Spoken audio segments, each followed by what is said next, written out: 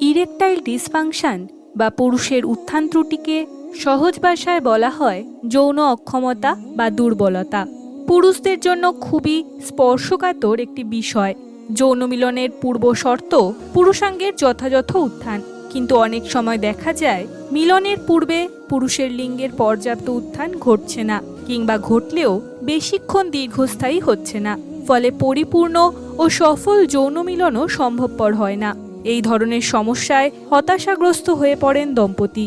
আবার সংকোচ ও দ্বিধার কারণে চিকিৎসকের কাছে যান না। বাজার চলতি চটকদার বিজ্ঞাপনে আকৃষ্ট হয়ে কবিরাজি, হার্বাল বা টোটকা চিকিৎসা নিয়ে আরও জটিলতায় পড়েন। তাই সংকোচ ভেঙে এ সমস্যা নিয়ে সঠিক পরামর্শ নিতে হবে। পুরুষদের জন্য খুবই স্পর্শকাতর একটি বিষয় এটি। প্রথমেই জানা যাক কেন হয় ইরেকটাইল ডিসফাংশন।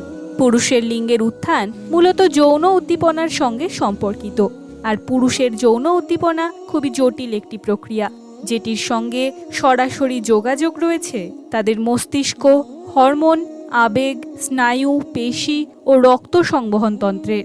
এগুলোর যে কোনো একটির সমস্যা বা অস্বাভাবিকতার কারণে ইরেকটাইল ডিসফাংশন হয়ে থাকতে পারে।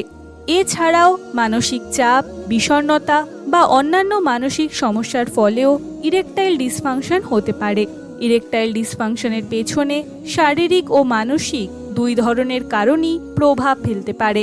যেমন কোনো একটি অসুস্থতার কারণে সাময়িকভাবে যৌন উদ্দীপনার মাত্রা কমে যেতেই পারে, কিন্তু এ নিয়ে আপনি এত বেশি চিন্তিত হয়ে পড়লেন বা মানসিক চাপে ভুগতে শুরু করলেন যে পরবর্তী সময়ে সমস্যা আরও বাড়তে শুরু করলো। এভাবেই শারীরিক সমস্যার সঙ্গে মানসিক সমস্যা যোগ হয়ে ইরেকটাইল ডিসফাংশনের মাত্রা বাড়তে থাকে। কখন বুঝবেন সমস্যা দেখা দিয়েছে? যদি আপনি নিয়মিত নিম্নোক্ত সমস্যাগুলোর সম্মুখীন হতে থাকেন: লিঙ্গের যথাযথ উত্থান ঘটতে না পারা, লিঙ্গের উত্থান যথেষ্ট সময় ধরে রাখতে না পারা, যৌন আকাঙ্ক্ষার হ্রাস কিংবা কখনোই আকাঙ্ক্ষা জাগ্রত না হওয়া, দ্রুত বীর্যপাত হওয়া, বিলম্বে বীর্যপাত হওয়া, অ্যানরগাজমিয়া দেখা দেওয়া অর্থাৎ পর্যাপ্ত উত্তেজনা সত্ত্বেও অর্গাজম লাভে ব্যর্থ হওয়া।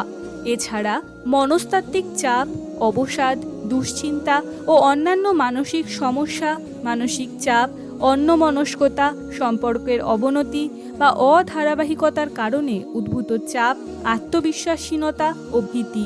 লিঙ্গের উত্থানের পিছনে মস্তিষ্ক সবথেকে গুরুত্বপূর্ণ ভূমিকা পালন করে। মস্তিষ্ক থেকে পাওয়া সংকেতের মাধ্যমেই একজন পুরুষ তার দেহে যৌন উদ্দীপনা অনুভব করতে থাকেন। তার ফলে তার মধ্যে বিভিন্ন শারীরিক পরিবর্তন আসতে থাকে এবং চূড়ান্ত পর্যায়ে তার লিঙ্গের উত্থান ঘটে। কিন্তু মস্তিষ্ক যদি স্বাভাবিক না থাকে, এই প্রক্রিয়ায় তার প্রভাব পড়ে। এই কারণে সৃষ্টি হয় ইরেকটাইল ডিসফাংশন। এছাড়া পুরুষ হরমোন টেস্টোস্টেরনও এখানে গুরুত্বপূর্ণ ভূমিকা পালন করে।